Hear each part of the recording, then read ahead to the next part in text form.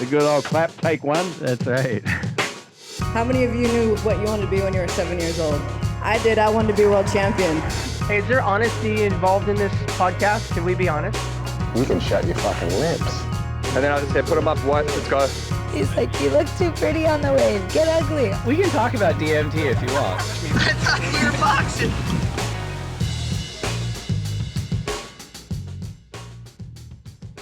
Okay, so we have Nathan, the Hog Hedge, here in Tahiti. We're in person, which is really nice, joining us on the lineup today. Hedgie, thanks so much for talking to us. Stoked to be here, Dave. Thanks for the invite. I've been a big fan for quite some time now, so it's an honour. Oh, well, in advance of our conversation, I was trying to connect the dots on where we would have maybe overlapped, because I started interning at the ASP in 2005. I got hired in 2006. But I was working in North America in 2006, and I think that was your last full year on the CT, so I wasn't traveling then.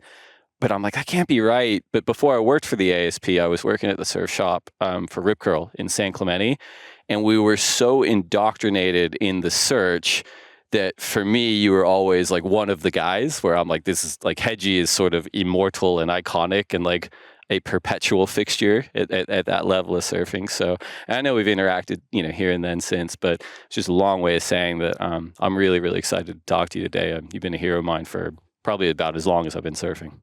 Classic. How good's that?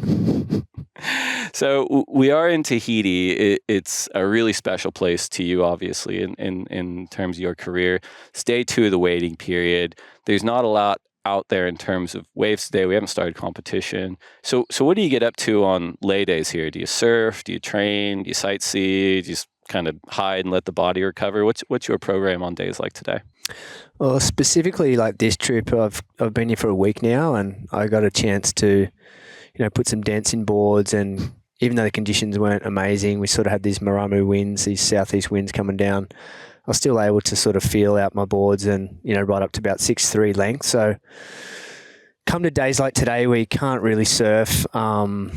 It's just been about like today, for example, I've, started with some yoga this morning and then went out, paddled out, did some paddle training on a 6'3" just to keep those longer lengths under my chest for paddle, paddle from the beach and paddled out to the lineup and took some goggles with me and just kind of checked out the reef and paddled up and down and swam up and down and just got a bit of a look at the bottom and the contours and reconnected with my lineups and just got familiar. And I guess it's all about a connection for me out there. And so just to be immersed in the water and have a look at the bottom and know that these part of the reefs where we're hopefully going to be standing in some barrels still feels really productive on a day like this for me. So just, being out there and reconnecting with lineups, even though there's no waves coming through, just getting familiar with it and trying to be one with it. And even like the fish and, there's whales out the back, so you can hear the whale song and just a real connection thing out there today. So just enjoying the natural beauty of the place and just experiencing it. This comes up with elite level surfers like yourself a lot. Surfing's so unique in that, in every other sport, you have a set time when you have to have sort of peak performance, when you're playing or when your match is. And then in surfing, because we're dealing with a really dynamic field of play in the ocean, it is hard.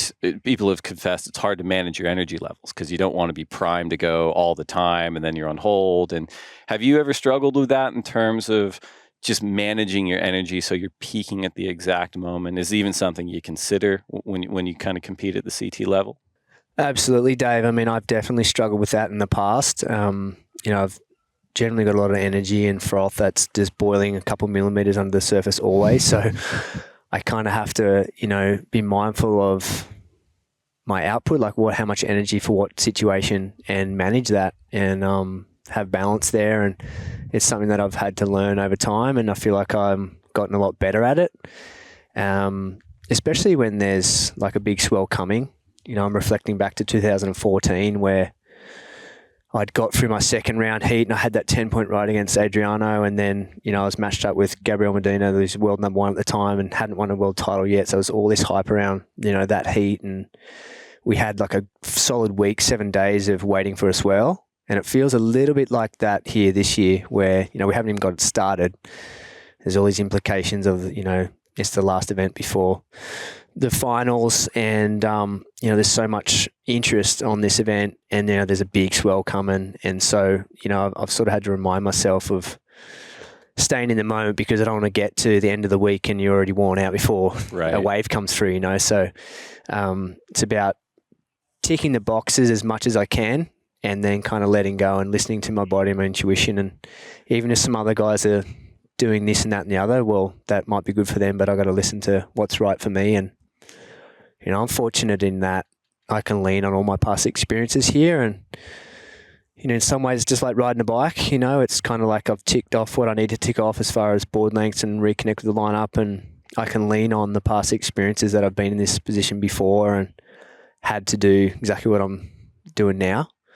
So I feel pretty comfortable, sitting here today knowing that I've done all I can, and it's just about staying in the present moment, and then I'll be able to make the right decision at the time when it comes, rather than trying to get too far ahead. So yeah, it's just about managing that, I guess, and it's a learnt skill. It doesn't come naturally for me, because I've got most things in my life from being proactive and getting after things and making things happen. And I guess now I'm 43, I know myself a bit better, and I've definitely been guilty of wanting things so much, or pushing things away from kind of forcing things. So it's about being a little more calculated and containing some of the froth. It's innately in me, and it's not something that I'm going to deny or play small about, but try to just understand, I guess, like I said at the start of this, that knowing what output for what situation.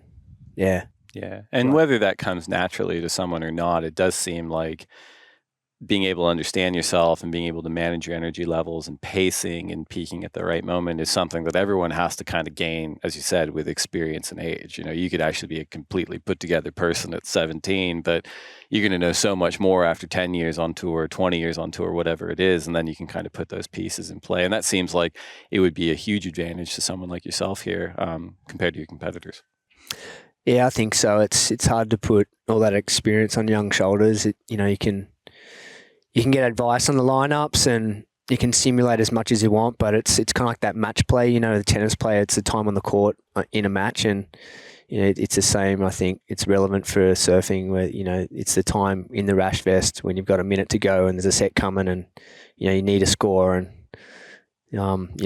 it's all on the line. And that's kind of what it's when you have your breakthrough moments, and you learn a lot about yourself in those moments, and it's sort of hard to emulate that outside of so. Yeah, the fact that I got a wild card in '99. I won Trestle, so I got invited over that year, and then I think that was in 2000. 2000 was that year, and then I qualified 2001. So then I had 7 years on the tour, and then had a final out here in a third place. So there was, I don't know how many heats there, but maybe 20 or 30 heats there, and then I fell off the tour, but I came back for the trials. 5 years, because when you make the finals of the trials, you get invited back each year. So they had to keep inviting me back, and I made the final each year. I made the final 4 times. So I guess there's 5 or 6 heats there each event times 4. So there's another 25 heats. When you add that all up, I guess there's been like 50 plus heats. Yeah, which is pretty solid. Yeah, and even the way you describe that, there are a lot of synchronicities as well. As we talked about, it's day 2. We haven't had competition start yet. By the time this airs, competition would have been completed. So at this point right now, every possible future is available to us. You're here competing at the Outerknown Tahiti Pro as a replacement for reigning 3-time world champion Gabriel Medina, who you had your heat against in 2014. You're also one of the ambassadors for Outerknown, which has a very elite level team. You've got 11-time world champ Kelly Slater. You've got Tahitian icon Raimana van Bastelier. You've got Kevin Schultz. You've got Mark Cunningham. It's an eclectic group of people, but it does feel like Outerknown's a nice fit for Tahiti because there's so much DNA, not just from Kelly and Raimana, but yourself. A huge part of your career has been here. So can you walk us through how you got the call up for this event and where you were when you got it and what your process was basically from then to now? Yeah, absolutely. Outerknown have supported me for the last 3 or so years, and it started as an ambassador role, and things have ramped up over time with some more trust and opportunities. And getting to know the ethos and who they are as a brand, and being so fond of what they're about and what they stand for. So it's been an organic relationship sort of built up over time. And I actually had the opportunity last year, but through COVID, the event got called off. So, Outerknown got the presenting rights, the naming rights for the event. And there was great, excitement around popping over last year, and then obviously got called off. So, and then this year's event was on the calendar, but I didn't actually see Outerknown's name associated. It was just Tahiti Pro for a long time. So I'd actually just sort of let go and figured, well, there was no opportunity this year because it's not Outerknown this year, and that's a bummer. It would have been good to happen in 2021, but this is what's happening in the world right now, and a lot of acceptance around that, and that's just how it is. And then around about a month ago, Mark Walker, CEO, gave me a call and said, look, we've done a last minute deal with WSL, and things have worked out, and we're so excited that we've got the event for the next 2 years. And as a presenting sponsor, we're allocated the one wildcard for the event, and we choose you. So I was just my jaw dropped, and I was just speechless. And the fact to get the opportunity, it come back around. It came around about the right way too. Like, I didn't push it or force it. It just happened, which is always better than, sort of going after things when they just come to you. It feels like a better energy around it. And, I guess off the back of my 2014 performance and my 10-point ride, I guess there's a flow-on effect of that. And, there's a lot of people that want to see me compete out here. So, I'm just stoked at the opportunity. But yeah, I actually found out for sure, because it still wasn't like a given that I'd get an opportunity to surf in the event. There's some things need to happen as far as getting the spot, and some people need to withdraw from the event. And there was a couple of names that had penciled in as withdrawing, but John was out sailing, and we weren't sure if he was going to sail here. And then Gabby was injured, but we've seen all these photos of him training and getting back fit, so we're kind of thinking, is Gabby... Ivan Drago on the training. Yeah, that's it. So we're like, maybe they're both going to turn up. But anyways, it's turned out that they've pulled out, and Chloe's pulled out as well. So it's happened that Outerknown have got one of the wild cards, and I found out literally as I was putting them in board bags on the oversized belt, because I figured I'd come over here anyway, get barreled, do some content for Outerknown, and be representative here on the ground, and just have a great time here for a week. And if I get in the contest, that'll be a bonus. But I found out as I was putting my boards on the oversized belt, so it was a good flight to just be excited. I was going to get some rest on the flight, but then I was too excited hearing that news, so I didn't get any rest. You've been coming here a long, long time. In fact, you probably competed here before some of your competitors were even born at this point.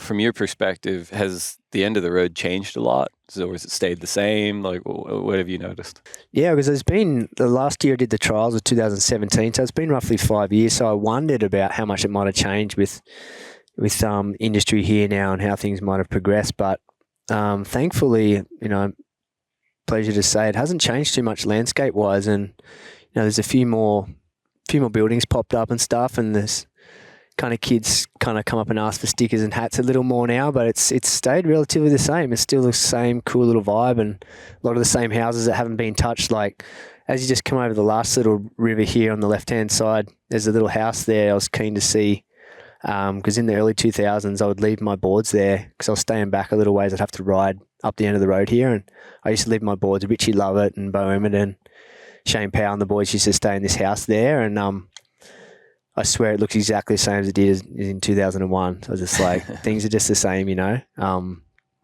But yeah, it's got the same magic feel, and it hasn't changed too much. It's still got the natural beauty, and it's there's a little bit of Wi-Fi now. It's a bit different, but it's relatively the same. It hasn't changed much in 20 years. Yeah, it's cool. And your relationship with the waves probably even only gotten even more intimate over time, And do you remember coming over here the first times, and do you have a comparison in terms of level of fear of the unknown versus what you've probably experienced over the last 20 years as a surfer and a competitor? And does that ever go away, when we have a big swell on the horizon?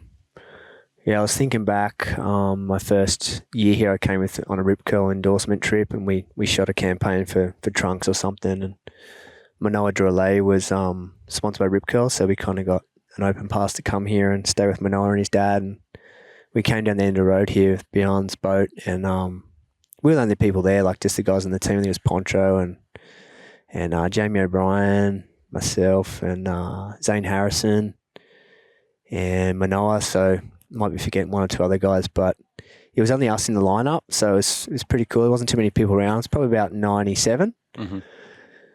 And then, so I got an experience at Teahupo'o then, and I actually injured my knee out here then, so I didn't get too much time in the water, but that was my first time surfing waves out here. And then I came back for the Gotcha MCD, the big contest, the WQS one, I think Kobe Abbott won, and it was huge. It was big and scary, and there's one or two jet skis around, but they weren't there to pick you up. It was just in case something really gnarly happened. So it was pretty raw back then, We're just everyone hadn't really been here before or surfed it, and it was legit 10 foot and pretty stormy and gnarly. So my first time in a rash fest was that experience. Super sketchy. I just remember a lot longer boards too, like 7.0s and 6.10s and those longer lengths. So that was kind of my first experience. And then, I guess, having to front up each year, like there's a familiar feeling each year I get when I know I'm coming here. There's the same sort of, it's not full-blown fear, but it is just a little kind of healthy, nervous kind of energy around it, how big it might be in the forecast. And it's the same feeling that I get, but each year I've pushed through that and I've been able to get on the other side of it, and it's turned out to be incredible experience. So it's kind of like this, you could possibly have the worst wipeout of your life, but you could also have the best wave of your life. So it's been, staying open to the possibilities and trusting in your ability and skill. And it's definitely helped this year knowing that, my experience is built upon more experience, and having to, be in that moment and have all the feelings come up and have to make decisions and made the waves that I've had to choose. And yeah, it's just one of those things that, I'm definitely leaning in towards for this year. But it doesn't go away. There's always that sort of anticipation and the fear, and knowing there's a big swell coming. But I back myself and, calculated risk and just trust in the process. From a surfer of your level, you talk about, the potential to have the worst wipeout of your life. For the listeners at home, what would that constitute at a wave like Teahupo'o? Like, what would be the scenario where you think like that's maybe the worst it would be, being out there? Well, I guess, I've had an early morning experience out there where it was super west, and I've come into that west bowl, with a lot of speed, and it's just gone so west, it's just turned like an elbow on me, and I've just got absolutely ragdolled and obliterated. I had my teeth come through my bottom lip, and I got blown into the reef, and that really shook me up a lot, I've dislocated my shoulder out here on a wipeout. I've had moments out here that have, definitely scared me. But I guess, it's just, there's just so much power in the whitewater here. It's hard to describe. It's kind of like the whitewater at sunset or something. If, listeners have surfed sunset, you just get clipped by the whitewater. It's just, you get obliterated. It's like, even if a little bit of whitewater clips you, you really feel the power. So yeah, it's just like, it's got so much force, it's just, you just get absolutely hammered. So, yeah. We'll see how it goes. I mean, as you pointed out, the concept of calculated risk as well, and you do seem like someone, even when you were on tour and maybe you didn't have the same experience that you do now, but your surfing always seemed fully committed, and that aspect, especially at somewhere like Teahupo'o, seems like a huge advantage. It does seem like one of those waves that half measures seem to get punished pretty badly. Yeah, I think it's a real asset to have commitment in your wheelhouse out here. It's just like when you see that wave, because you don't get much time, it presents, it's there, and you have to just not take a backward step. You have to commit and then just totally rip in. You can't really second guess. In the paddle, then you think you've got the wave, you need to do a couple more paddles to get down it. So you just have to really back yourself and commit. And, it's scary and it's overwhelming, because the better waves, they look like they're going to close out, and they don't look makeable. They really don't. That's the thing that every year I come back, you kind of have to get through again and push through, because you surf other waves throughout the year, and even though I've been coming here for 20 years, it still blows my mind when I come back and it's barreling. You just the blue and how round it is, how deep you can be on the foam ball. It takes a bit to get used to because your mind's going, this is not makeable. I'm too deep. What the hell? Like, this is bending all the way to the channel. It looks like a closeout. But they're the ones they're actually looking for, because by the time you bottom turn, you slingshot up into the wave face and it hits the reef in the deep bit and comes back to the shallow bit, you actually get out in front of it. So it's a real head fuck to if it looks like it's going to be a makeable one, you're probably going to get like an almondy, like a standing in a barrel, but you're not going to look deep. And from where the judge's tower is, like they're down the end of the wave. So they're seeing the whole thing. They're going to see right through you if you try to, there's nowhere to hide. It's, I've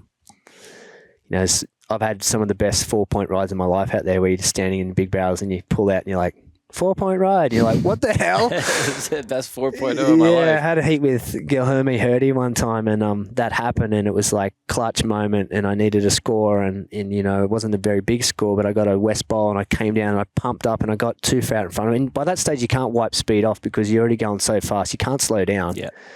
And I was kind of standing in and I kind of wasn't, and I wasn't as deep as I wanted to be, and I tried to sell it to him and I got like a 5 and it was just like, oh no. So that was like early 2000s. So I kind of knew from that you got to get super deep, especially being on your forehand too. Like if they see you slow down or drag, they get pretty over that by, a couple of days into the event or even straight away. They want to see you come from behind and pumping, and they want it to be like, how did he make that? Same with the backsiders. If they're dragging their butt too much and slowing down, it's not going to be a huge score. So it's all about that no hands and flying through and speed and commitment. So yeah, it's an intense spot, but it's the best. It's my favorite spot to compete at for sure.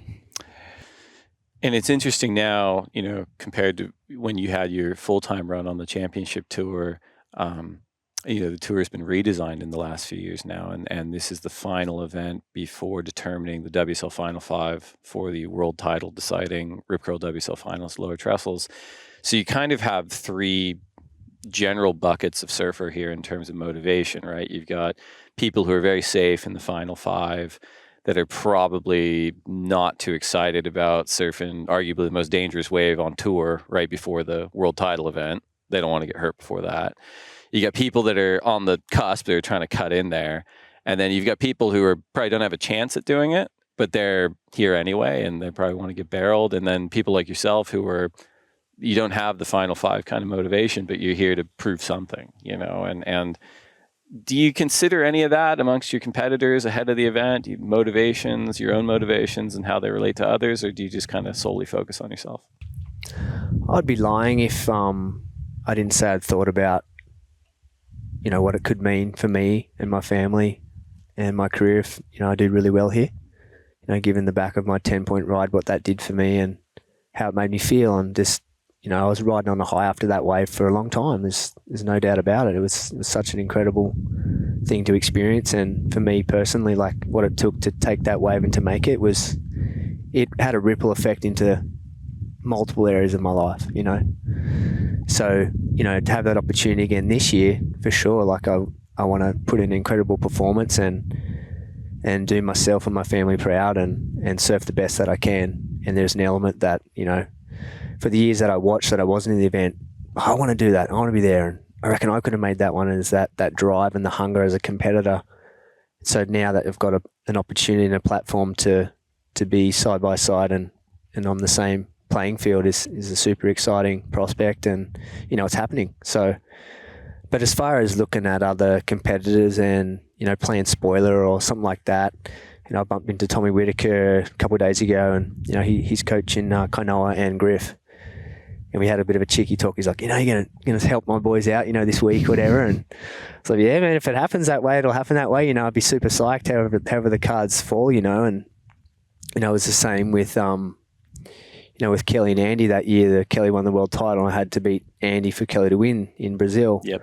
I wasn't thinking about Kelly's winning his world title. I just wanted to beat Andy. I wanted to get to the final and win that event. So I didn't really think about anything else, and it doesn't really serve me and my purpose, my task at hand to think about that, because you've got to stay in your own lane.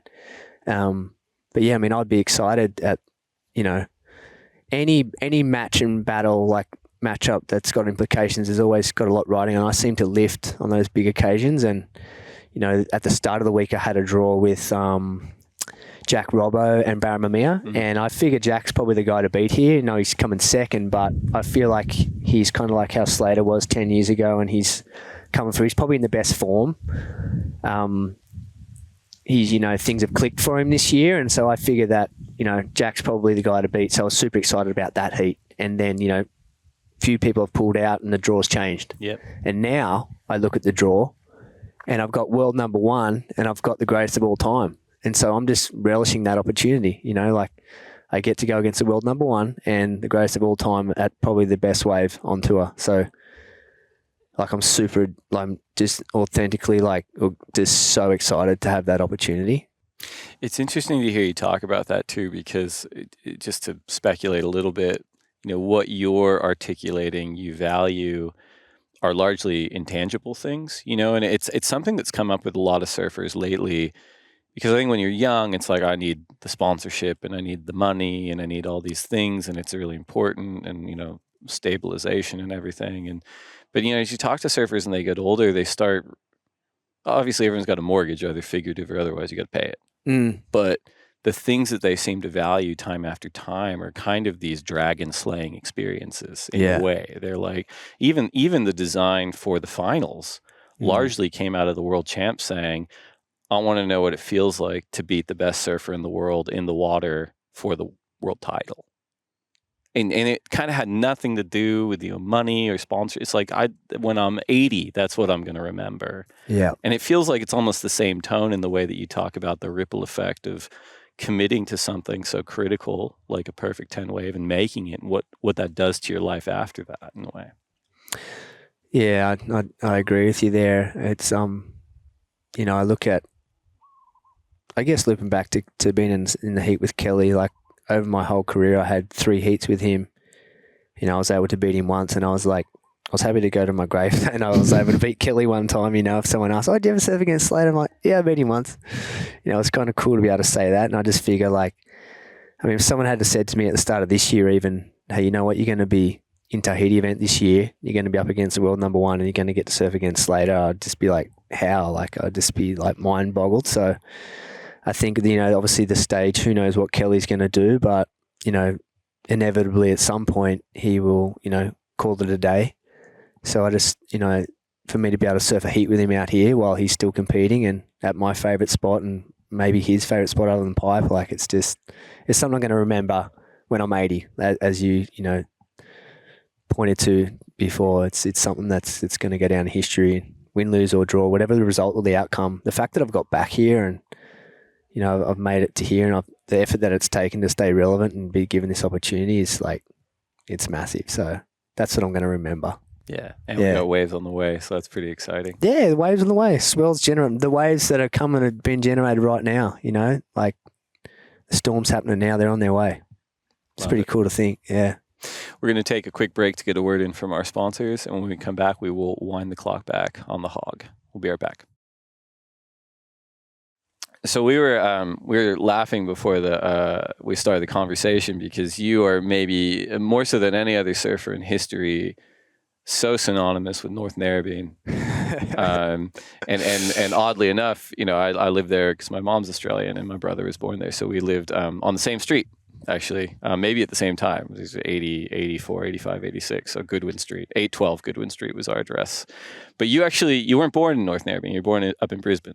Yeah, I was born up the Sunshine Coast at Brisbane. My dad was a builder and built a bunch of houses in Brisbane. And then we moved to the Sunshine Coast, and Dad had built a block of 20 units on the beachfront.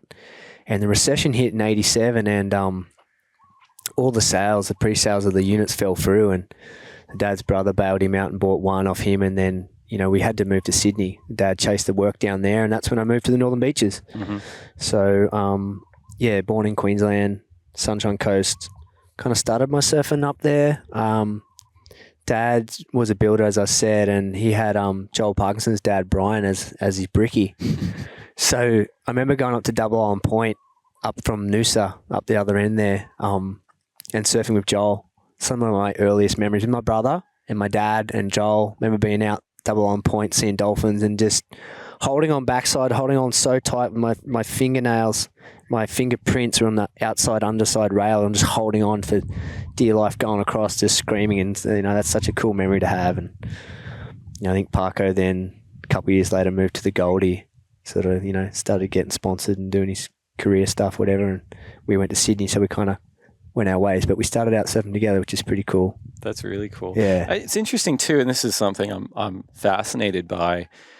And someone explained it to me once where they said, in the 40s when World War II was happening, all the coastline property in Australia was actually pretty cheap because there were such fears of, a Japanese invasion. So it created, the socioeconomic conditions for working class families to live very, very close to the beach, and you had generations of them develop into very, very good surfers, and they had this like grit and mongrel determination that is something that might be evaporating today, to live on the coast anywhere in the world, but in particular, Australia is not the same as it was in the 1940s. And, as you said, your dad, it sounds like you and Joel came from similar backgrounds in terms of, work ethic and that, but it is something I'm fascinated by because you kind of look at the information age has made everything ubiquitous, where it's like, you could have the same access to diet and training and surfboards, and you can watch webcasts or surf videos. Everyone's got the same, and kind of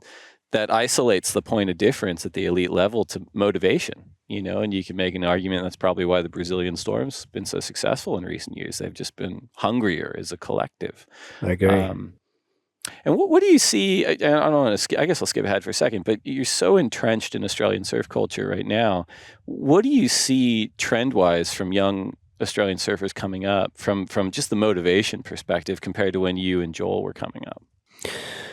I think there's a movement back towards the camaraderie amongst the Australian athletes. I think, when I was on the tour and the generations before us, they really stuck together and, they traveled together, and there was this, when we were doing it, we were like each other's coach and each other's caddy, and we'd do legs, you go to Europe and you'd spend, 2 months on the road, and you'd all be in the one hire car, and you'd stay together, and whoever did the best in the contest would pay for the accommodation, and, you'd play cards to work out who was going to buy the next case of beer, and it was just like, we just hung out, and it was kind of like, even if you weren't in the event, you were pissed off, like, because you wanted to be the guy in the final, you wanted to be jumping up the ratings, but we were down there for each other, and it was kind of more like, okay, everyone's going to get their turn. Like maybe this week it's Joel's. Joel got a lot more turns than most others, to be honest. He got way more turns than I did. But like one time through France, he won back-to-back Lacanau, then down to Hossegor. He won those 2 weeks. And then, Mick won a bunch of things and I won Trestles. And it was just like everyone's going to have their turn, and it was motivating. And we all lifted each other up and we wanted to beat each other. And it was dog eat dog. And but we experienced it together, and we kind of like lived it and we were there for each other. And I think then it kind of just got so one off and one out, and kind of just, it was good that it went more professional and there was more money and people could get their own coaches and whatnot, but it kind of was just, I think it wasn't really conducive to that connection and camaraderie. I've had feedback from some of the guys on tour now that when they first came on, they didn't really know where they fit in, and there was kind of like where to go and hang, it was sort of a little bit different. And now I'm seeing, I think it was even ratings wise, I think there's been a hangover, like a lag of that, and it's turned up in the ratings. And I think it was evident when the Challenger Series went to the back half of Europe, where there was like a 3-month leg, where they were kind of, there was 10 or 12 athletes, men and women, and they were kind of forced to go together because it was just them on the back half of the year, so they all kind of had to be together. It kind of forced them to join forces and to be collective. And I saw it in Portugal where, the Ring of Fire came out. And it helps when you get results on the back of, big results. India Robinson got a massive result, and then Jacko Baker, and I think it sort of happened from there. And I saw the Aussies banding together, and I just witnessed that from afar from at home. But I saw it coming back, and I think it's been, a real positive thing that it's transpired into results. And, now we've got 4 Australians in the top 10 vying for, there's 2 that are kind of safe, in Ethan and Callum is there too. Jack Robbo's in second, and then Connor O'Leary's in ninth. So you've got four. All those guys pretty much stay together. Jack does his own thing a fair bit with his girl and whatnot, but there's a real motivation there, and it's healthy rivalry, like kind of like what's with Mick, Joel, and a couple of the other guys coming through there. So I'm delighted to see it come back. Yeah, it's an interesting observation too, as you said. Like, what's the Bane quote from Batman? Like, victory has defeated you. In a way, it works so well to the point where it became. I think it's a good point on the professionalism of it, but also just that lent itself to a little bit of isolationism, right? Where it's like there's a single person, they've got a coterie of people around them, and it's not the camaraderie thing that everyone came up with. And I think you're totally right when you especially look at the results this year. They've all had to kind of band together to do that collectively, which is really cool to see. Yeah, it's sort of not just you, it's the whole country behind it. You feel that energy and the force, because otherwise you're just sort of singled out and then you're not part of, and it doesn't, you've got all that backing behind you, and, the mentality of, hey, everyone gets their turn. It's kind of been a theme, Yeah. So it's just like you'll get your turn and just keep putting the work in, Yeah. And this is just my observation again, but I feel like, with Gabby, he was so one out and just seemed so sort of untouchable and exclusive for a couple of years there. And I've seen him work with Andy King, and I suspect they worked on being a little more approachable, and I've seen him hanging around the contest area a bit more and just a bit more interactive, and I feel like it's been a positive thing for Gabby in that regard. I don't know, it's just my thoughts on it. I'm not too sure if that's true, but I feel like it could be. That's a good thing that Andy's picked up on and tried to shine a bit of light on, Yeah, and that's probably coincided. We were talking before. It's a good time to get to it now, but just surfers, whether they're men or women, really talented ones, qualifying for the show so young, like early mid-teens in some cases. And I think with someone like Gabriel, it's a really astute observation that Kingy came in at the right time for him, because he was maturing as like an adult as well, and realizing like, I'm understanding myself better. This kind of stuff's healthy for me. And the community stuff's important too. And Narrabeen in particular is a surfing community that produces, I won't even say outsized, but just a remarkable amount of world-class surfers, world champions for such a small community. And maybe if you don't mind, for the listeners, could you kind of just describe the community there and what it's like from a surfer's perspective? Yeah, I guess it's pretty insular. Like, it's being a little peninsula there. You've got the lake on one side and the ocean, so you do have to kind of turn off to go in through Narrabeen. And being a local there and being from there, I don't notice it as much, but it's very hard to get waves there, and it's kind of got that localism vibe, and it's mellowed out a lot from the 70s and 80s as far as the localism goes, but it's still.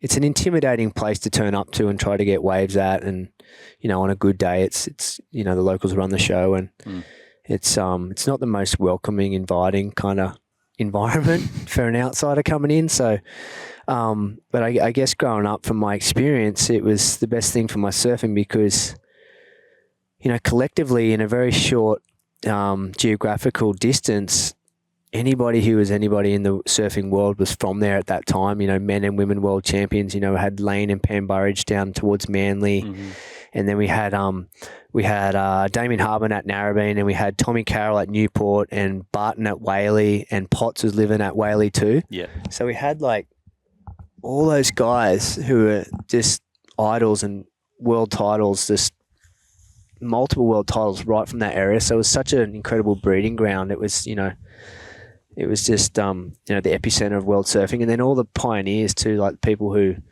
like Simon Anderson being from there, and just such characters from that place, like the Fitzgerald brothers, and just real iconic surfers that, when they stood up on a wave, you knew who they were. There was so much talent from there that, being aspiring professional surfer, it was like you just lifted to that level. Yeah. So you paddle out in the lineup, and that was the level.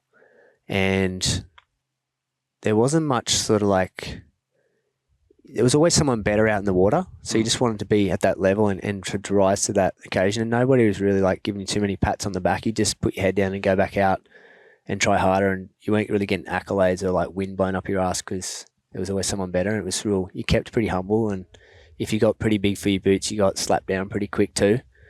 So I think it was good, because it was just the level was to aspire to, was the ceiling was high, you know. Yeah, and it seems like it'd be such a unique, almost like microclimate, wherein even if you weren't, as a young surfer being developed, even if you weren't paddling out with like an explicit goal of, I'm going to train for the next board riders event, I'm going to train for the QS event, whatever, every free surf session, I'd imagine, is almost a competition in and of itself because the level's so high. And you could kind of, I would imagine, as a young surfer developing, not overreach in terms of goals every single time you surf, because you're just focused on, I'm getting better than that person, I'm working to beat that person today, you know. And over time the results are just so high because you're like, oh man, every time it's so intense every time I paddle out.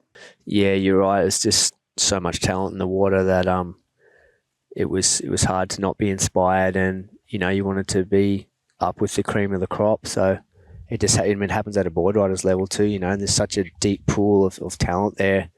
And, you know, it helped with my competitive career because I remember being chucked out with like 5 minutes to go when I was 12 in the surf tags, you know, surf for North Narrabeen. Yeah. And I had to get a wave, you know, the last 5 minutes and get back in the box, you know. So they used to chuck me out there and I had to get the wave. I was the grom and get, whether it be on the shore or somewhere, and get back in. And I remember that, like that was instilled in me early, like the pressure, and you can't fall off because you only get one wave and you've got to get back in on time. Otherwise, you know. Yeah. It was gnarly, but being 12, that kind of set me up. And now I know, like, if there's 1 minute to go and there's a wave coming, I swear it helped me, you know. And it's a different pressure and intensity when you're surfing for your whole beach and your whole community. You know, surfing's pretty one out. If you fall or if you win, you've kind of, you know, there's a team. It's a team effort, and there's people that help you get there, and there's people that are definitely in your corner, but it's not like a team sport. And this is the only sort of, you know, being there at Narrabeen with the national tag teams, it can be incredible for your own surfing career in that regard. You know, it's a different pressure and different skill to push through it. Totally. Yeah. And when you were young and on this pretty meteoric rise as a professional surfer, was there any other distraction for you activity wise, other sports or school or music? Was there anything that, you know, sliding doors moment you could have gone, oh, maybe I'm not going to be a professional surfer, I'm going to do this? Not really, Dave. It was just all in, like a whole hog on the surfing. I never really. No, it was pretty tunnel vision on being a surfer. I remember being a grom skating down Ocean Street at Narrabeen and hitting the little grass things, thinking they were white waters and like end sections, and simulating, you know, like seeing the Coke Classic at Narrabeen when I was a grom. You know, until that was back on again throughout the whole year, I'd just pretend I was in that event. And yeah, without knowing I wanted to be a pro surfer, it just happened. Like I never sort of thought I'm going to be a pro surfer one day. I was already doing it without knowing. Right. Yeah, and then, you know, I started surfing for Rip Curl, getting paid to surf by them at 13, and then I started doing the search trips, that whole campaign at 13, 14. I did my first 28-day trip up in the Ments on the Indies Trader at 14. So it's just how I started surfing amazing waves with the world's best surfers.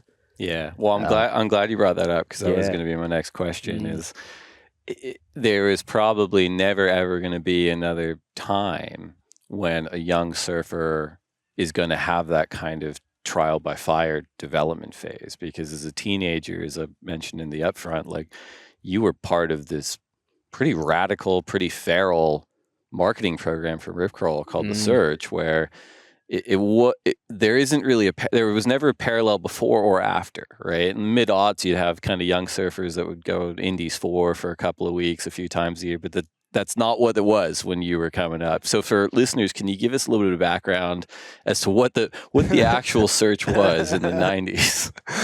Yeah, it was, let's just say the duty of care probably wasn't there what it would be now. It was pretty out there. I mean, I remember getting, you know, Rip Curl and the Feral Kingdom movie, they documented it, me getting my homework off my school teacher, going in and asking, you know, am I sweet to go? Can I get some homework? And it was part of my section. So I was getting whipped out of school at 14 to go on a 28-day boat trip as guinea pigs up, like, to do some scouting from like the bottom of the Ments right up to Bunda Aceh. And I was the grommet on the trip, so like my job was to like clean the billy and get the cold beers for the boys, you know what I mean? Like it was just, you know, all my heroes were on the boat, and the parties at night, and I would get sent in on the little tender to like try to find waves with Martin Daly, and just uncharted spots, on different tides, and just maybe there's a wave there, maybe it's not, and the Indies trader would stay outside on course, and I'd go in with Martin and Ted Grambo and try and surf and find waves. So it's this crazy opportunity in that regard. But I definitely grew up pretty quick, and I probably got exposed to some things that,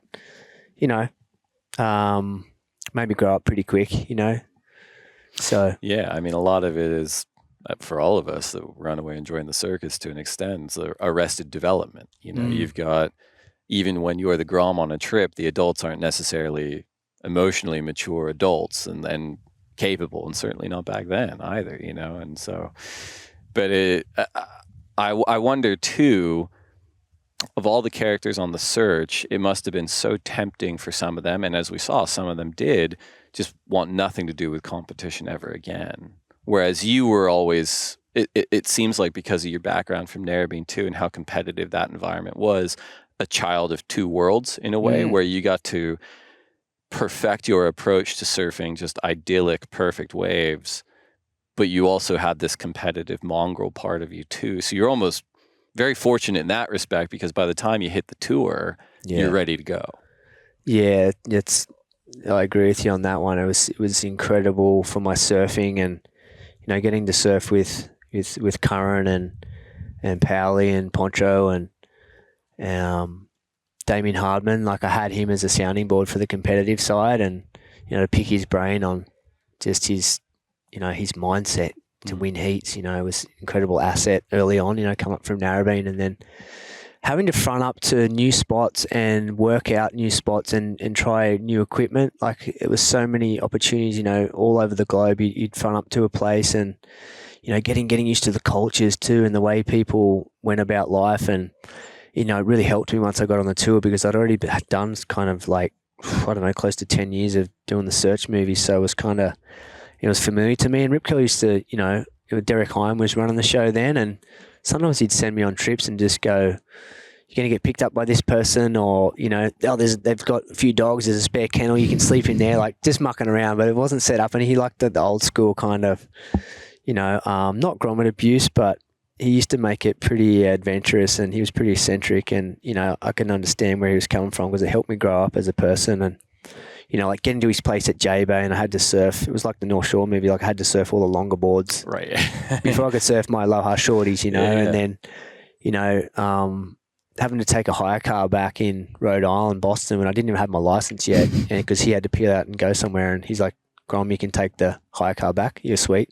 It's a different side of the road. I'm 15, didn't have my license, but I'm taking this Ford Explorer back to the, Avis thing, But then when I rocked up in Europe when I was 18 or 19, and I had to drive the hire car down to wherever, it seemed like a cinch. So, there was parts of it that were really good for me, and things that you can't be taught in school, just through life experience and traveling, and, it gave me compassion and understanding how other people live. And, there's things around traveling and surfing and meeting people that you can only get through experience. So I was so fortunate, to improve my surfing and develop my surfing. And, like I was saying, Curran was always trying different equipment, and so was Frankie Oberholzer and Poncho Sullivan too. He kind of got me on riding longer boards a lot of the time. So, that helped with, having to use the board length and use the rail, and it definitely came out in my surfing and developed me as a human, getting to do that whole campaign and the search. And it was definitely something that I, would cherish, and it sits in me, for life. I'm curious to get your take on this too, because, well, it's not exactly the same. You've probably experienced it in two different phases where, being away so much, whether you're doing the championship tour, or you're doing the search, or you're just a professional surfer, someone working on professional surfing, everyone loves having a home community and a base, but, those relationships start to fray the longer you're away from home. And I think of it as like, everyone's, in the same book club, but the more time you spend away, you start reading different books, and it's like, and when you leave home at, 14, 15 and start coming back, more and more infrequently, by the time you're 25, or by the time you're 30, or by the time the traveling's over and you go, I got to have a home again, it's not for a lot of us, I don't feel like it's super seamless to reintegrate back into those communities and to have those same relationships. And I'm wondering if you've experienced that, number one, and then number two, if you were kind of aware of it from such a young age because you were traveling so young.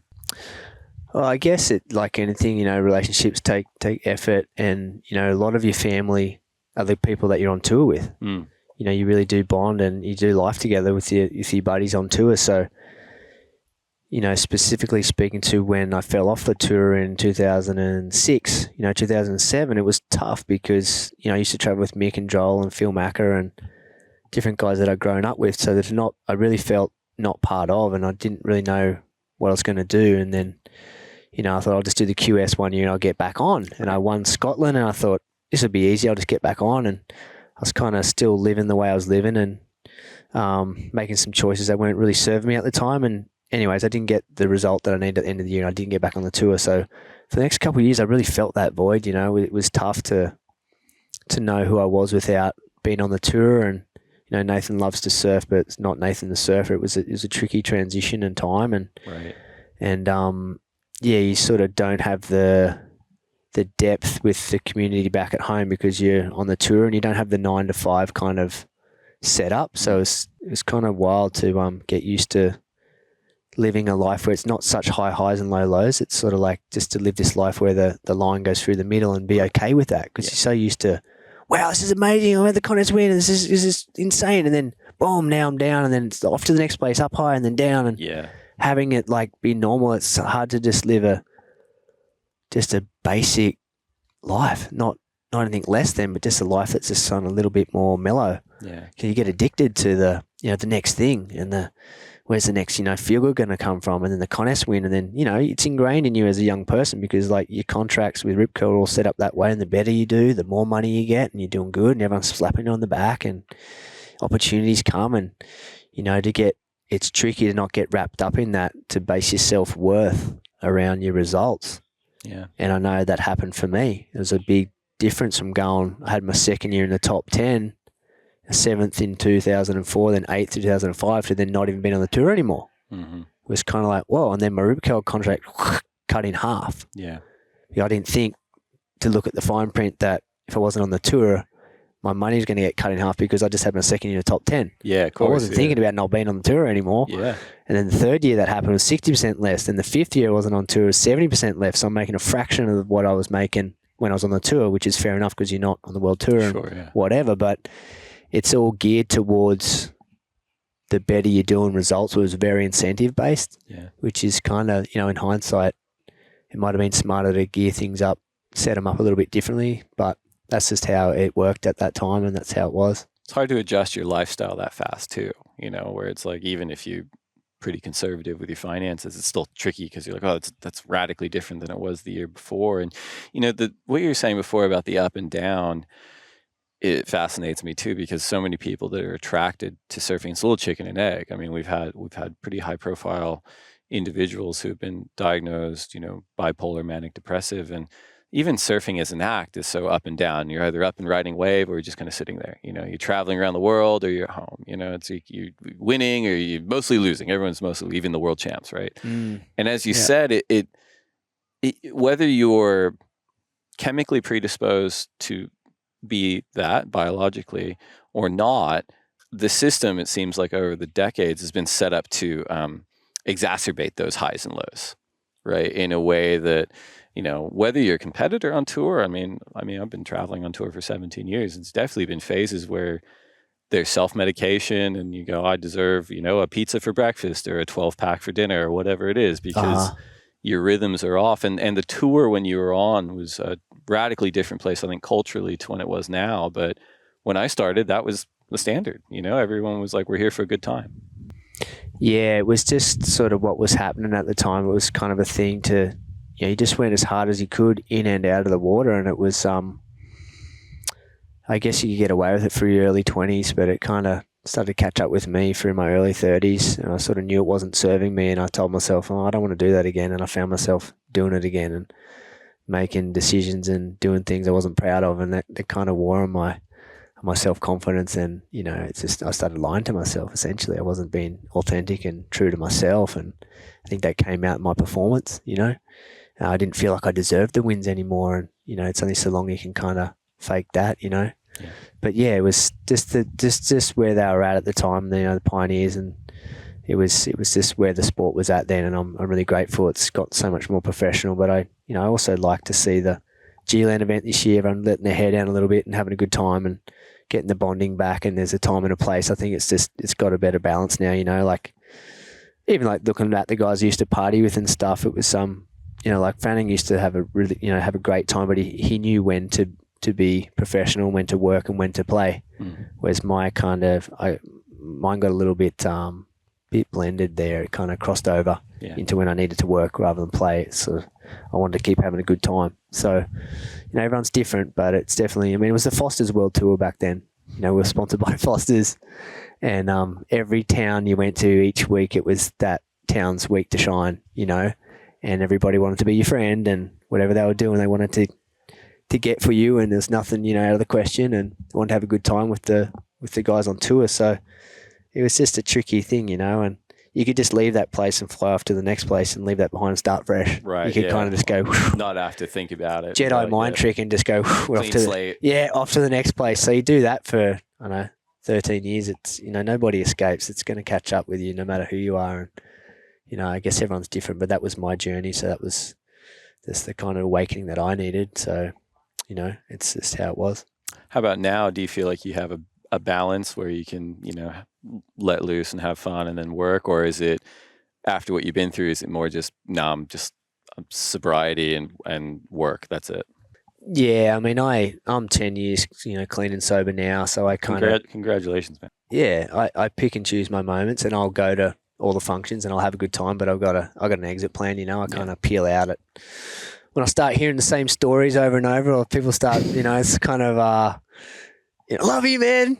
Gotta do this more often, man. And they start spitting on you. You kind of go, oh yeah, sweet, and I just peel out. But it was tough the first couple of years. I kind of just had to say no to different functions and parties and stuff, and I felt a little bit, where do I fit in again? But now I'm totally comfortable with that, and I can go along and have a good time. And I've got a kombucha or a soda water in my hand, and I'm stoked. And I think the people that really know me and know my journey, all my relationships and everything in my life got better. Right. And so people. If I say I'm going to be somewhere, I'm going to be there, and people can rely on me now. Whereas before, when I was tangled up in drug and alcohol, there was no guarantee where I was going to be or what people were going to get. So, like I was saying, my close friends and family are just so grateful because they've got me back, and it's something that I cherish and I don't take for granted. So, yeah, I'm just I value each day, and I want to be in control these days, and to an extent, I just want to. It's a way to, I know too, like with my dad, the last couple of years of his life, I wasn't probably making the best choices for myself. So it's a way to honour him and his legacy that, to stay on track and do the best for me, as any parent wants for their child. You're a father of twins. You just want the best for your kids. And, I know my dad would be stoked for me that I'm, living healthy and happy and, living my best life. 100%. Yeah, like losing a parent or losing a family member those are times where you're hurting. I lost my dad a few years ago, and not for sure. Like sometimes you just want to burn everything down. Yeah, that's how it feels. Yeah, it's really tough. Fatherhood for me has radically changed that in a lot of ways. Back to the surfing on tour, just across that championship tour window for yourself, from a fan perspective, and again, someone who got to follow you when you were one of the icons of the Surge program, your surfing is so, how do I put it, powerful, rail-based, but something that I think gets underappreciated even today is complete. Like every time I watch you surf a wave, it's from the entry point to the very last section. Like it just seems like you just use the entire canvas. Whereas a lot of surfing, I think in recent years, is more focused on like singular maneuvers and punctuation. Whereas yours just felt more symphonic. And I think that's maybe arguably something you got to develop just by being on that Surge program and surfing waves with those kinds of surfers. And it feels like that's what you brought to the CT. Yeah, that's a huge compliment. And yeah, I guess Well, without the air game, like just looking for the one section, maybe that's got something to do with it. You know, I'm not sort of hunting that one big air move where I'm just focused on that one. You know, I see good surfing as, reading the wave correctly and being in sync with the wave and knowing when to go high, knowing when to go low and where to finish the wave. And you know, it's the read on there. Like that's kind of like someone's personality comes out on the wave. And I've always been, you know, really inspired by how someone reads the wave, you know, and I feel like, I guess that's come out without me even really knowing. But yeah, it's a huge compliment. I like to, I guess I like to complete my waves. Yeah. And is maybe are there also some maybe kind of like stylistic fingerprints from some of your colleagues at North Narrabeen as well? Because it's a fantastic wave for that location, but in that part of the world compared to maybe what's around there and other beaches around the area. And it just seems like a wave that on its day can offer so much variety as opposed to like, it's just an air section. It's like you can really put together a combination on those waves often. Yeah, you got a long canvas and you got an opportunity to, you know, put your take on that wave. You know, that's what I love about it. It's, you know, your character comes out on the wave, and you know that's what I really loved about the guys on the tour and surfers through the 80s and the 90s. Like you knew who they were as soon as you stood up.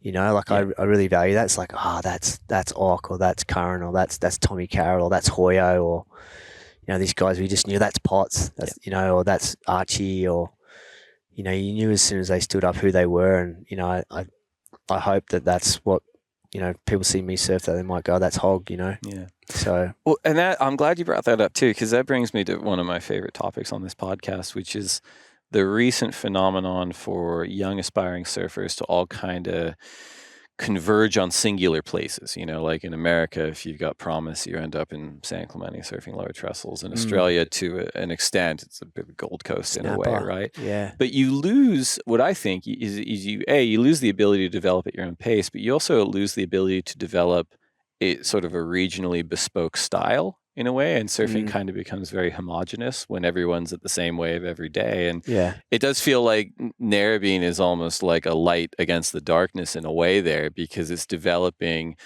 specific surfers and the specific styles that act as a counterpoint when you kind of get to the world stage, whether it's the Challenger Series or the CT or whatever it is. Yeah, I agree. It's amazing when you see people surf, you know, their real strong points, how it relates directly to where they surf. You know, I mean, Chris Davidson with his forehand with their little alley rights, it was just so lethal, that attack, that hack that he had. And, you know, Damien Harmon's forehand on the long lefts, Simon Anderson's backside, you know, it's just, you know, it molds you as a person and as a surfer. And, I guess it's just, you know, it's just so important for your surfing to develop on those sorts of waves. We talked a lot about your relationship with Tahiti and how special that was to you as a competitor. When you're on the championship tour, what other venues would you say were kind of your favorite or stronger venues for your style of surfing? I always loved Cloudbreak. You know, it was such an honor for me because I would stay with Ock and Luke. You know, we'd stay on Namotu and we were in Bure 1, and just to be on trips with them, they were always my heroes, and to have that, we sort of had a goofy foot thing going on Bure 1. And, you know, we'd try and beat the Tabarua guys out first in the morning. It was, you know, like a little thing that we had going on, you know, to beat the Tabarua boats out, and staying in Bure 1 with my heroes, Ock and Luke. Like, for me, they were the best power foot, goofy footers, you know, on the tour. And, you know, I mean, there's other guys too, but just close to home. And then they kind of took me under their wing as well. And, you know, I learned a lot from them, how to ride waves and, you know, how to approach things.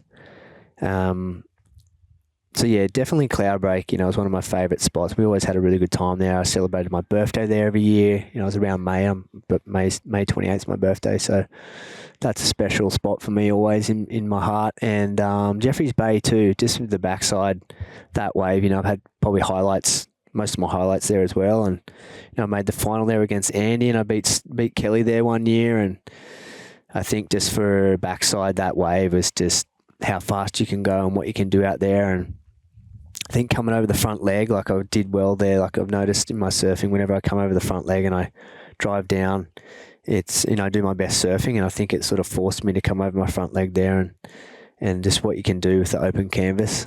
Yeah. It's such a special spot. The sunrise is there, and yeah, just incredible spot. We touched on it so briefly, but equipment is such a huge component to an elite surfer's ability to perform against the world's best. And you mentioned Aloha surfboards. I remember being at the Rip Curl San Clemente shop. We get the quivers of James Cheel boards for you, and now you're working with Channel Islands. It didn't seem like you were one of those surfers that worked with a bunch of different shapers at one time. You kind of were like locked in with one and then locked in with another. And is that a fair characterization of how you worked on equipment? I definitely had periods where I'd just work with the one shaper, but then when I got to like more big, powerful waves of Hawaii, I'd change things up. Like throughout the year, most of my shortboards, I'd work with the one shaper, like James Cheel a lot. And we started out on Cluffies, the Alohas. And then, James started working out of Brookvale under Cluffy. And so, Chile then was sort of part of Rip Curl Surfboards. So I had an association with them, and I could get, Chile surfboards. And there was a time on the tour there where everybody had a Chile. It was kind of like me and Davo riding them, and then like Andy and Bruce started getting them, and then everybody had Chiles at one point there. So it was like a real crazy time, real high performance, incredible boards. And so that was cool, that period with Chile. And then, I threw in a few DHs and also some Webbers and what else? Some Gunther Rons. Probably didn't stray too far from shortboards other than those guys. I got a couple Mayhems, but not too many, just one or two when I went to San Clemente a couple of times. A couple of Timmy Pattersons. When I got to Brazil, I got some RMs. Now I'm starting to think about it. There's actually quite a few, Everyone's going to be stoked because they're all getting a shout out in the episode. Yeah, for sure. And then when I got to Hawaii, I got mentored from Damien Harbin early to get on Eric Alcalas because they were the best boards for over there. And I remember leaving boards under Eric's house. He let me leave boards under there each year so I didn't have to travel back and forth with them. And that was really, really helpful, for him to let us do that. Yeah. And then it kind of, with my association with Poncho, a close friendship, I got on the Jeff Bushmans, and they gave me a lot of confidence for Sunset. They were the best boards for Sunset and for Pipe too. So, and then I guess Takoro came on the scene as well for me, and I got a bunch of Takoros that I loved. And coming back here to Tahiti, I'd bring my Bushmans and my Eric Alcawas and my Takoros for that extra confidence. They just had a bit more. So much more feedback in the powerful, heavy water waves that I trusted them, and we'd take them back, and the Aussie shapers would pinch some profiles and templates, try to make the boards better from Australia. And I feel like the gap has leveled out. I know JS and DH and a lot of guys would get Parker and Mick to come back and just try to improve the equipment and learn off the best. Yeah. When you were on tour, you mentioned when you were in search that you got to experiment with different boards, and that was kind of the perfect environment for it. But so many surfers, specifically back then, but even today on the championship tour, they kind of fall into two camps. That's like, I have to ride my Ferrari in every condition to stay as sharp as possible on it. Yeah. And then there's another camp that, I'll ride a fish or a quad or whatever. Which camp did you find yourself in when you were on tour? I stayed in the Ferrari camp. Yeah. Yeah, I'm not really sort of too psyched on riding too much different stuff because I wanted to stay, on sharp on my equipment and get them dialed, and even like the 20s and the fishes and stuff, I still want to turn and surf as hard as I can. So I kind of stay on my regular stuff most of the time. Maybe it's something I can be a bit more open to these days, but yeah, I stayed on my contest boards a lot. It does actually make a ton of sense with regards to your surfing, since a huge element of it is just precision. So having that reliability of a high performance thruster in all conditions just makes a ton of sense as well. Yeah, I guess it's something like learning more about me too and areas to improve on. Like, it's not a failure if I fall off, or things don't have to be perfect. And, having that perfectionism it's got me so far, but also it can be an element that I could look at, and maybe it's okay if I don't do something amazing every time. Yep. You know, it's sort of can work both ways. So maybe that's something like, you know, being transparent with you, like with the airs. Maybe I don't try as many airs because I don't want to look like I suck at them, you know. And it just didn't come naturally to me growing up. I wanted to hit the lip and throw as much water as I could, and the guys I looked up to were just, you know, throwing so much water and hitting lips as hard as they could. It wasn't sort of natural to go and boost. Right. So I know it's been an area when I have worked on airs, and I love doing airs. Don't get me wrong. When I do them, I'm like, wow, I should do this more often. But it doesn't come, it's not my first thought when I see a section. Yeah. So, and I know that's about, I don't want to look silly in front of people, you know. So if I'm down the beach or somewhere weird, I don't mind doing airs. But so yeah, it's, you know, always growing and evolving, and hopefully getting out of my comfort zone more and getting better and staying like a grom, learning. Yeah. It makes sense though too, because I mean there's two different approaches to surfing, you know, and it's like yours is so, as I said, like symphonic and comprehensive to the point where a lot of times, you know, aerial surfers, they're pushing through parts of the wave that could be ridden to set up that section, right? And it does seem like something that you'd have to kind of reprogram yourself around, but it also feels that symphonic side of and power-based surfing has actually come back around in terms of elite level surfing in a lot of ways, where it does feel kind of maybe late '80s, early 2010s. There's a lot of emphasis around, well, it's not about the whole wave. It's like if you can do an air reverse, that's an excellent level score. And the pendulum kind of swung out that way, and now it's probably swung back to the point where, you know, the surfing you're doing, either out here getting your perfect 10s or at Jeffreys Bay getting perfect 10s, is still elite level. Yeah, I'd like to think it's always going to be relevant and it's not going to go away, and there's always going to be a place for it. You know, being on rail and power surfing and reading the wave and my take and read on it, I'm hoping there'll always be a place for it, you know. And I feel like now the judging too, as soon as your board goes flat, you know, they're seeing through that. You know, not naming any names, but I've noticed it this year, some surfing at Bells and a couple of other spots where some of the surfers' surfboards would go flat. They weren't getting big scores, and, you know, they want to see it on rail and critical. And it's just cool that there's more than one way to get an 8 or a 9. You know, there's a couple of ways you can go about it, but the power and the precision, commitment, you know, you can achieve that. You know, you can get to the pointy end of the events and win events from that style of surfing, and I think that's important, you know. 100%. Yeah. We're going to take one more break to get a word in from our sponsors, and we'll be right back. We touched on it in the last segment, meteoric rise. You know, you won the World Juniors at Haleiwa, I think it's 97, wildcards, search program, contracts.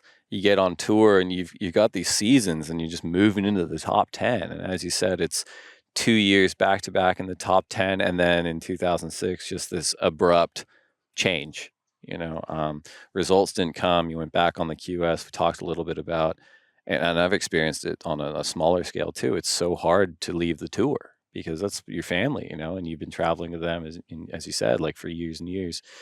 Didn't work out back on the QS. What was post-championship tour life for you career-wise? Because at one point, I think you became a longshoreman. Yeah, correct. I when I fell off the tour in 2006, I just signed a 5-year deal with Rip Curl, but it was based on me being on the tour, on the CT tour. So, you know, it got dramatically reduced, but I still had 3 more years of that contract to see out. And then when that came up in 2010, you know, they didn't renew my contract, and I was gone from getting paid to surf since I was 13 to, I think I was about, 27, 28, not making a dime from surfing anymore. So it was a radical change, you know, and I had to get some, you know, I was still living a champagne life on a beer wage, and I had to, you know, change the way I was living. And, you know, personally, you know, before I get into like career and how I was going to make money, I had to change my lifestyle as well. And that for me was, you know, sorting out the drug and alcohol side. And, you know, I started to look at seeking some help for that side of it. So it was, that was a journey. I had to learn to live a day at a time without putting something in my body to change how I was feeling. You know, it was a big change from going on the tour and to not being there anymore. And, you know, that around that time, you know, my Rip Curl deal had finished. I wasn't on the tour anymore. I had to sell my place, my property at Narrabeen. It was on the lake, like my dream place. I thought I was going to stay at till forever. You know, it was my dream property.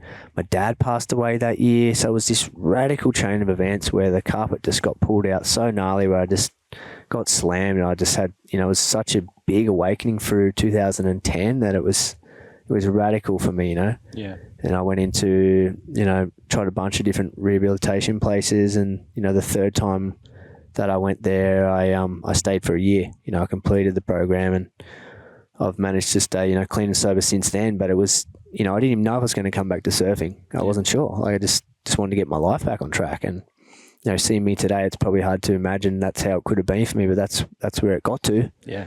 And that's what I needed to change. You know, I think, you know, if I could have, you know, I got the result at Scotland where I won the prime, and there wasn't many primes that year, so I just needed one more result. And I thought, if only I could have got back on tour, but there's a part of me that knows intuitively that had I got back on the tour, maybe I wouldn't have had the radical change that I needed to, because I would have been back on tour. And right, you wouldn't have hit bottom. My head would have gone, well, I'm sweet, I'm back on tour, and I'll just do what I did before. And, you know, that's just, you know, what I sense and what I know for me, because, you know, I mean, I've seen it with other people. It's no matter what you get, if you know, it's not about when I get there and then I'll be okay. I had to do the radical change from within, and you know, I sort of a couple of years down the track from that, you know, 5 years away from the tour, and you know, I'm now sober. Mm-hmm. You know, I met an incredible girl at the time, and I, you know, wanted to start to have a family, and so I got into that chapter, and so I was doing some surf coaching on the side, but it wasn't really something that,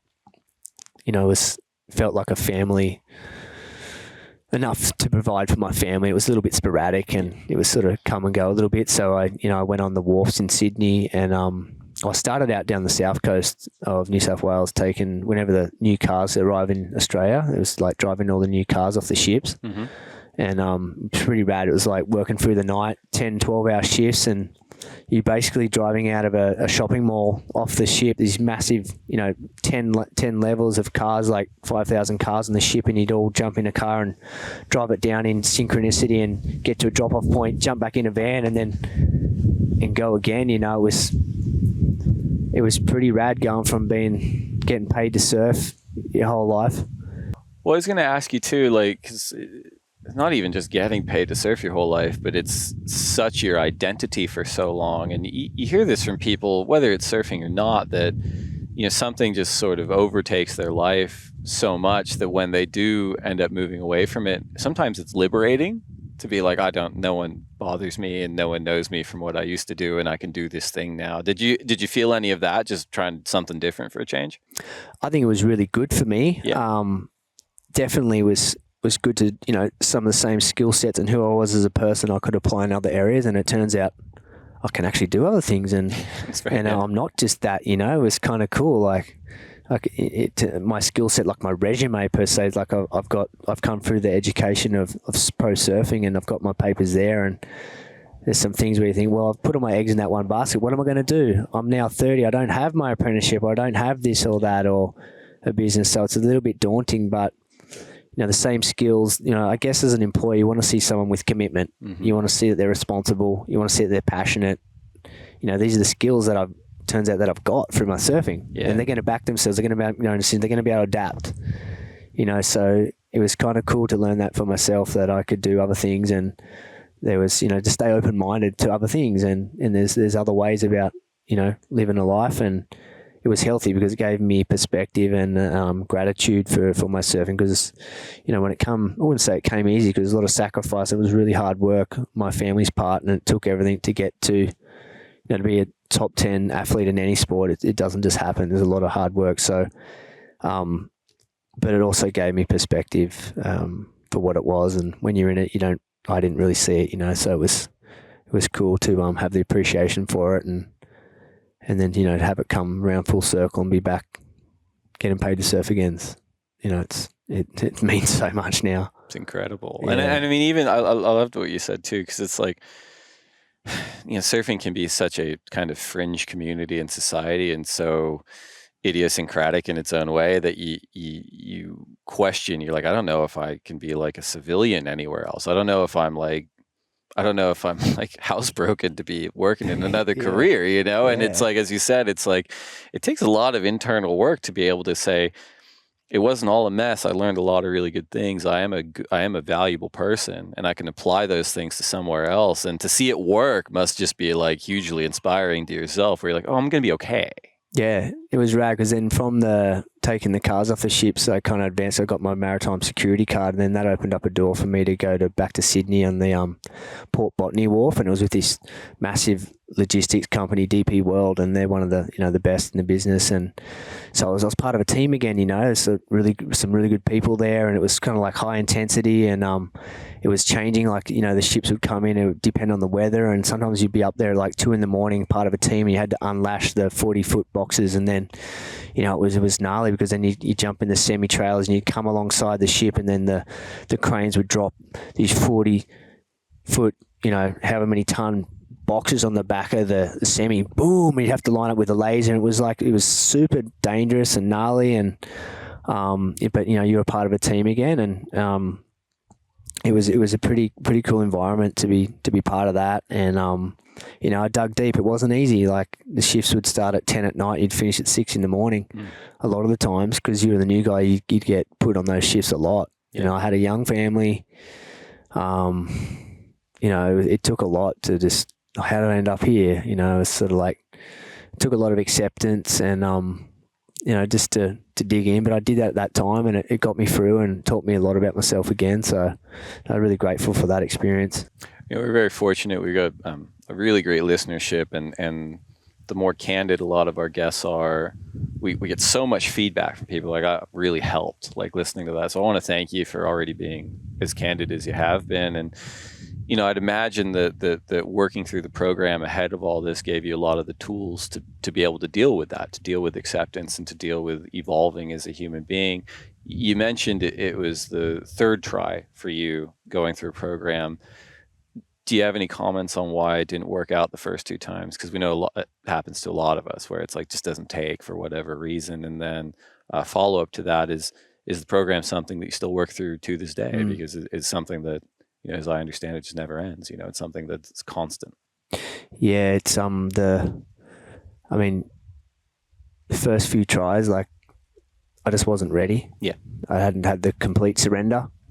I was still holding on to the towel a little bit, like, Right, yeah. And just sort of looping back briefly on it. Like, the first program was a 28-day program, and that was kind of said, change your habits. It can happen in 28 days. Do a 28-day program and you can change your life. Sounds good.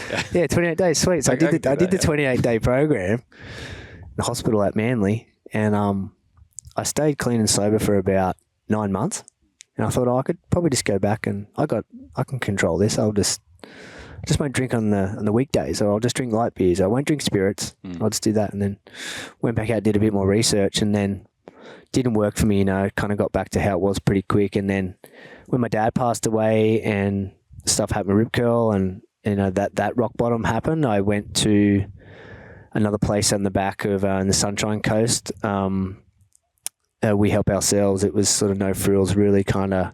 There's a lot of recovery there. It's what I needed, but it wasn't fancy. It was pretty tough, and I stayed there for about 3 months, and it was a 6 to 12 month program. I got to 3 months and said, I'm good. Yeah. I've learned enough. You guys might need to stay here and do a bit more, but I'm good. I think I got this, and, it's part of my character that, it's got me so far, but at the same time to be open that somebody else might know better. Owning that my best thinking got me here. Right. But it's a disease that'll kind of tell you that you don't have it. So it's a tricky thing. It's you can get well physically, but you got to take care of the spiritual and mental aspect too, and that probably need a little bit more work. But I left the program then, and I stayed sober for like 15 months, and I thought I had it. It was pretty good, but it got back to where it was pretty quick again. And then I was out there for like 2 years, and things got so bad, just got, really, really quite terrible for me. And so by the third time I went in, I was completely ready. Yep. Total surrender. I'm just going to do whatever I'm told, and, just wave the white flag, and just did what I was told, and I committed to the program and put my trust in the people that facilitated the program, and just believed in, a higher power that my higher power moves through other people, and that somebody other than me knew better. Mm-hmm. It was hard because I never liked being told what to do. I don't think anybody does. And Right. like I was saying, a lot of my assets in my life and my career is through backing myself and thinking I knew best, and that kind of pig head kind of is such a valuable asset to back yourself, but knowing when to go, well, I don't know what to do here, and asking for help and the complete surrender. So it was a combination of things, of maturity in my life and being in enough pain that I wanted to change, being open to that and just doing whatever it took. It was another level of commitment. I think, and I appreciate you sharing that. And having 10 years is a huge thing to celebrate and congratulate you on. Yeah, and it is a day at a time. I've got 10 years up from a day at a time, and I'm actively engaged in my network and support group, and I check in with certain people within my circle, on the daily, and attend different meetings, and read a lot of literature and just try to connection, and I have a program in my life for sure. All of this has sort of led us to this moment, all of your experience at 43. And it was, again, I've got to clock myself now, maybe 20, 25-year fan of yours, and it seems to me you've never been stronger mentally, emotionally, spiritually, even physically. It seems like you're in this rarefied atmosphere of, it does seem like, and I want to get your opinion on it, like, it seems like you're stronger than you've ever been in every way. And it seems like you're surfing better than you've ever been in every way. And age is kind of just not really a variable in that. Is that fair? Do you feel like that, or? Yeah, I definitely feel like that. There's some stuff happening in my life back home. I had, through a divorce, and there was some, things, life happens, and I sort of had a decision to make to go that way, or am I going to go that way? And, to be proud of myself and do what's right for my daughter. So, 7 years into my sobriety, I kind of had another decision to make. Am I going to sink or swim? Or am I going to dig in and be the best version of myself for my daughter? And so that really helped me inspire to take my fitness and my surfing to another level. And I use that as a real motivator. And, I'm fortunate I got some really good mentors in my life. Like, I really look up to Matt Granger, who's like he's a decade older than me, and he's in the best shape of his life now, and I really respect him in the business sense and how he lives his life. So I've had Matt Granger there as a real asset. And then I've got Tom Carroll, who's like 18 years older than me. He's early 60s, and how he's looked after himself and how he can be super present now, and how he lives his life has just been, such a motivation and inspiration for me, having Tom there. And there's a couple of older guys at Narrabeen too that are the next bracket up, where they've shown me, like, you can surf well right into your 70s, and you can live a life, beyond the wildest dreams if, you look after yourself. And, closer to home, obviously, Kelly, what he did, at the start of the year, being 50, it kind of just shattered any bullshit around, you being too old. And it just really inspired me to get back in the competitive scene. And it was already sort of something there that was boiling underneath my skin, but I was just, it really sort of gave me the extra little bit of air in my tires to chase after it. And I was doing some mentoring and some competing in the local Australian regional series this year, and that was really good for me to sort of drop some gems with the young kids coming through and to be involved with that. And then it turned out like I got second at Newcastle, and it was a massive result, and so it kind of got the fire burning back again. And I ended up getting 11th on the Challenger Series, and so I was one spot out of the Challenger Series, and it kind of like, it surprised me in some ways, and it kind of gave me some more motivation. And I haven't been able to do the Challenger Series this year for a couple of reasons, but, it reaffirmed that age is just a number. And I think when you marry the experience and the knowledge and the wisdom with the physical side, like, I feel like I'm stronger now than what I was at 25. And I think as a man, I'm probably right where I need to be. And I've spoken to guys like that are 55 and 60, and they've all told me like they've probably been the strongest and fittest they were at 45. So, I just figure if I look after myself, there's no reason why I can't, break some old stories and some old molds and give it my best shot, I love it. Can't wait to see how you go in Tahiti this week. And you're still a few years off of peaking, man. 45. Well, yeah, you never know. I mean, it's all just staying open and just having some dreaming big, and you just never know what could happen. So it's just keep backing yourself and make one good decision after the next, and things can happen for you. We put a feeler out for questions from the Instagram community, and we got a lot back, but we whittled it down to 3. First question is from @Aiden_Stark-Chessa, who asks, how do you get back into contest mode? I guess it's in me, whether you're born with it or not.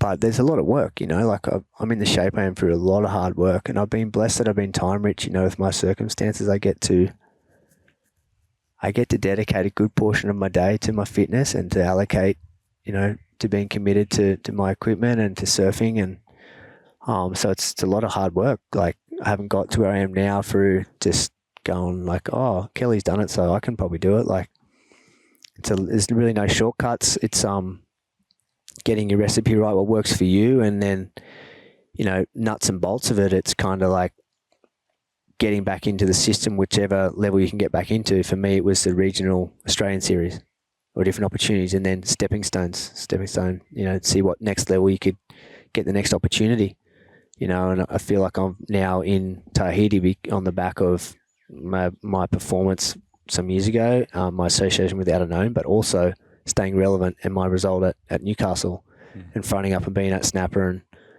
And so it takes, effort to sharpen your tools and to stay relevant to whatever capacity that looks like for you, whether you're a board rider, surfer, or whether you're a weekend warrior, or it's digging right into your commitment and dedicating a portion of your day to where you want to get to. Yeah. Yeah. It's interesting. I mean, you say you're blessed being time rich, where you get to work on yourself like that, but it's also something that you've made sacrifices and earned. You've earned being time rich to do that too. And I think of that through the prism of myself, and a lot of us too, where it's like, you can get off the phone, you don't have to watch that. It's like there is time, but you do have to work to get it. And it is rewarding when you actually put it back in, because as you said, it's never too late to get results. Yeah, correct. And, like, results for me has been present for my daughter and being available, being healthy and living, celebrating life. So, the actual contest results that's all a bonus. Yeah. Next question is from @GabrielMV08, who asks, who was the gnarlier rival, AI or Kelly? For me, probably AI. Just the mongrel. Like, I'll give you an example. Second or third year on the tour here, where I had him in a 3-man heat, me, Danny Wills, and AI, and I was already deep on the reef. It was like an 8-foot wave come in. Heart rate's gone, right through the roof, and this set comes, and it's the start of the heat, and there's no priority, and I'm in position, I'm going to take off, and Andy just whips straight around the back of me, takes off like a meter deeper than me, drops way gnarly, way deep, and gets blown out the barrel, and just blew my mind. And he just showed me right in that moment, like, what he's willing to do to get a win. And just as a competitor, the fire, it was nuts, and his comfortability with that situation just blew my mind. So I think Andy was kind of more ruthless. Last one from the Instagram community is from @vaguely_ethnic_guy, who asks, what does your event win celebration look like? So since this is going to land after you win the Outerknown Tahiti Pro, what does the celebration look like for you in 2022? It looks like there's some tears going on. There's some screaming. There's some veins popping out of my head that I get when I get really excited and pumped up. The veins are popping out of my head, out of my neck. There's a hand on my heart, in gratitude and honor for the moment, and appreciation for the mountains and the whole creation that Teahupo'o is. And I'll be thinking of my dad in that moment, and my daughter, and just overwhelmed with gratitude. Love it. Well, thank you to the Instagram community at the Lineup Pod for those questions. We're now down to the final segment. This is the lightning round. So So it's 10 questions for you to answer as quickly as you can. If you could only have one board set up for the rest of your life, single fin, twin fin, thruster, quad bonzer, or finless, which would you choose? Thruster. Coffee or tea? Coffee. Burrito or pizza? Burrito. Last book you read? Power of Now. Best surf film ever? Beyond the Boundaries. One wave you never have to go back to?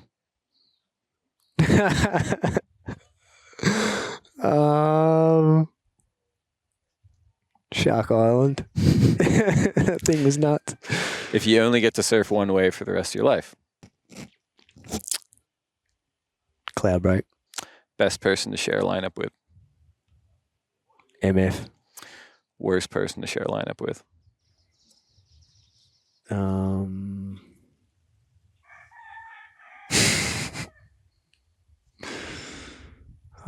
Let me think. Worst person to share a lineup with? Probably Parko, because he gets every wave. His arms are too long. That was perfect. Last one. Finish this sentence. I will next achieve a state of happiness by...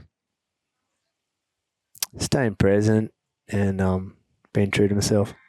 Hedgie, thank you so much. This was a true honor for me personally, and I think our listeners are going to love it. And good luck in the event this week. And yeah, you're inspiring us all. So, man, just keep ripping.